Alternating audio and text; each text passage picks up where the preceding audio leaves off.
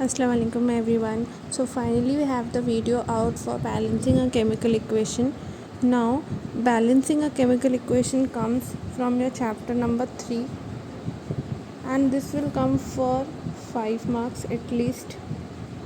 So you can't skip it at any cost. Now what is the meaning of a chemical equation?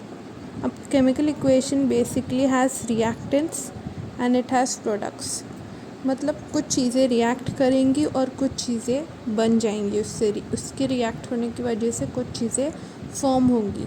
That is your products. What is the meaning of balancing a chemical equation? The meaning of balancing a chemical equation is the mass of element on our side मतलब reactant side should be equal to the mass of element at p side is a product side.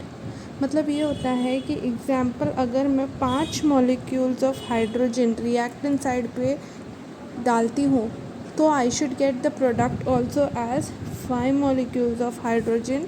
कुछ कम नहीं कुछ ज़्यादा नहीं. It should be balance. That means should be equal. Now balancing equations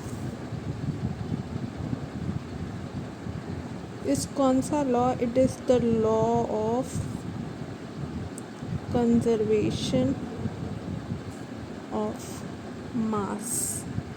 okay, balancing equations is equal to the law of conservation of mass. Now अब how to balance equation question आए तो क्या करना चाहिए? सब लोग कंफ्यूज हो जाते हैं कि मैम पहले कौन सा एलिमेंट बैलेंस करना है, पहले क्या करना है. So now you will be getting some rules or you can call steps to follow while balancing any equation. ठीक है, कोई भी इक्वेशन को फॉलो करने के सर्टेन स्टेप्स हम आपको देंगे, वो आपको फॉलो करने हैं. Step number 1 will be balance metals. मतलब आपके रिएक्टेंट साइड आपके प्रोडक्ट साइड जितने भी मेटल्स हैं पहले आपको वो बैलेंस करना है. What are metals? Basically sodium, potassium,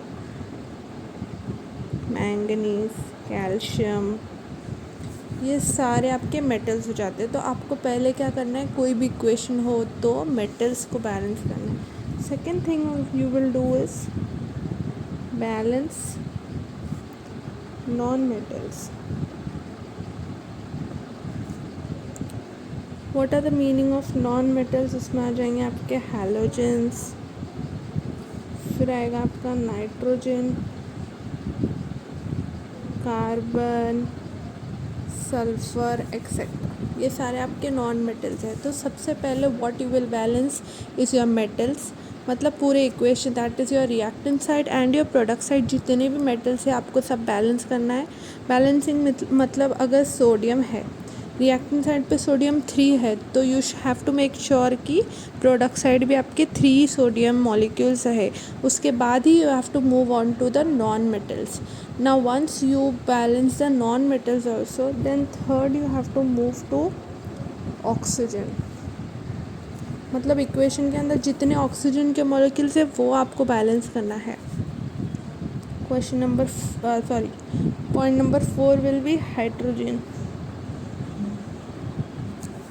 last में आपको हाइड्रोजन बैलेंस करना है. ओके, नाउ इम्पोर्टेंट नोट ये है कि while balancing 2, 3 and 4, if one, that is metals, is disturbed, balance metals again. इसका मतलब ये हो जाता है कि समझो आपने मेटल को बैलेंस किया. मतलब समझो एक इक्वेशन है जिसमें आपको 2 सोडियम मिल गए, यहाँ पे भी 2 सोडियम मिल गए, आर साइड और पी साइड. ठीक है, फिर आप गए नॉन मेटल्स पे, वहाँ पे आपको 4 क्लोरीन तो मिल गए, यहाँ पे भी 4 क्लोरीन मिल गए. ओके, बट ऑक्सीजन को बैलेंस करने जब आप जाते हो तो सल्फ़र का बैलेंस चेंज हो गया, फॉर एग्ज़ाम्पल 3 हो गया, तो आपको you have to get back to your metal first and then you can continue again. समझा? वो जैसे जैसे हम लोग सॉल्व करते जाएंगे you will understand. Okay, now let's start with our equations.